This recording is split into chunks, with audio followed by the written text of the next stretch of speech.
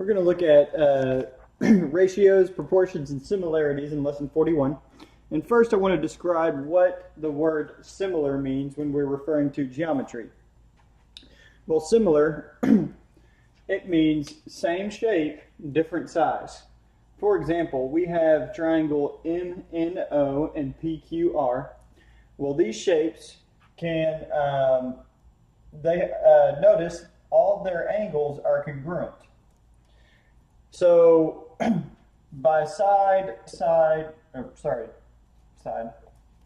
angle, similarity, that's the symbol for similarity, theorem, we can say that these two angles are similar, triangles are similar. What that means is they are the same shape, both of them same shape, but they are different sizes. This one's just smaller than this one. When they are similar, similar means proportional. And so you can set up a ratio. So you have to correspond the sides. So I look between the 2 tick marks and the 3 tick marks and see 5. And I'm going to put that over the 2 tick marks and 3 tick marks and the big triangle, 10. That equals, I'm going to go between the 3 and the 1, 3 over 6. And you can see when you reduce both of them, it would become 1 over 2, and the ratios are similar. Or the ratios are equal. So therefore the triangles are similar. But that is the definition of similar. So let's look at example 3 when it tells us to find A and B. It wants us to find A and B. So it gives us these two triangles. And it does say that they are similar. But we can actually already go ahead and assume that because all 3 angles in each one are congruent, so therefore the triangles are similar. Now a similarity statement we would say, this is a statement, we would say triangle TUV is similar to triangle. Now if I said T here, I got to do the corresponding angle. W, then I went U, so this is the corresponding one to U, X, Y. So all of my angles and sides really would correspond. So you have to make sure you have that. Now we can set up our ratio and say we're trying to find A. Well, what I'm going to do is I'm going to do 5 over A because these two sides correlate. 5 over A equals, and if I use 7 over B, I'd have 2 variables, so I'm going to use 4 over 16. And that would be our similarity ratio. And then we would cross multiply, although I'm going to go ahead and reduce this. So 5 over A equals 1 over 4. Just reduce it a little bit. But now I can cross multiply, meaning I multiply the diagonal numbers. So 5 times 4 is 20. And that equals 1 times A is A. So therefore, A equals 20. So we have 1. Now we set up a proportion for B. Some of y'all might notice that this triangle right here is simply 4 times the size of this one. So if you knew the similarity ratio was 1 to 4 or whatever, from the, well, let me put it up here. It's 1 to 4 in these two triangles. That means any side over here, you just have to multiply it by 4 to be the measure of this triangle. So to find B, all we would actually have to do is multiply 7 by 4, and that would be 28.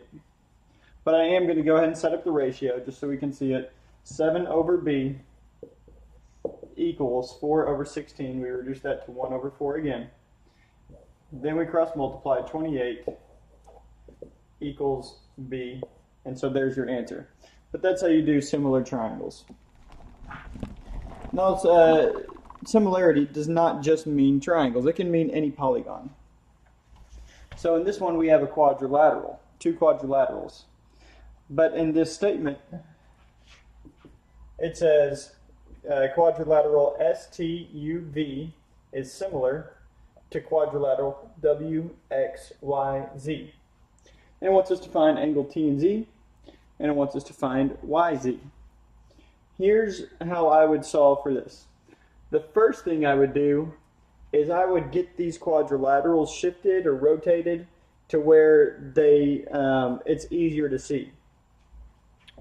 So for example, I'm going to shift this one since it's STUV.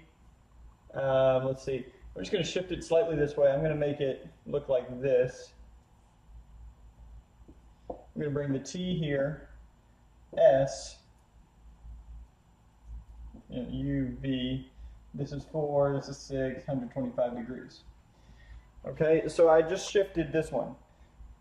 Now I want to shift this one. Notice the Z, if the Z is here, well, if I'm looking at these two, the Z would correspond with the T, and that's not how it is.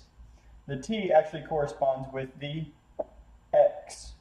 So what I need to do is rotate this 180 degrees basically to look like this. And now I'm going to rewrite it as, I'm trying to get to where you can see both quadrilaterals. There we go. I'm going to write it as X. Let's see, what is where? The X corresponds with Z. Or sorry, the X corresponds with T. The Y corresponds with U. The Z corresponds with V, leaving W. So now it looks like quadrilateral STUV WXYZ. Sorry, I don't know why I couldn't picture that in my head. But anyways, angle X is 110. So we write what we know. ZW is 15. So now we can find what we were looking for. A, I'll just write it over here. A, we were looking for angle T and angle Z. Angle T and Z. So we look at angle T first. Well, we can actually see, now that we reorganized our quadrilaterals, we can see that angle T corresponds with angle X, and we know angle X is 110. So since they're similar, the angles are the same. I did forget to say, when you have similar polygons, what that means is angles are equal, sides would be proportional. So they aren't necessarily equal, but sides are proportional. If they were equal, they'd actually be congruent shapes. So we have T, now we find Z. All right, notice Z is in the same location as V, it corresponds, so therefore that's 125. And there it is, that's how you do example A. Now we look at B. We got to find YZ. Well, we're given 4, 6, and 15. These are our sides. And from this, we can see what our proportion would be. 6 over 15. 6 over 15 equals side UV, 4, over side YZ. And then we can cross multiply and solve. 6YZ equals 60, 15 times 4, divide by 6, YZ is 10, and there's how you do similar polygons.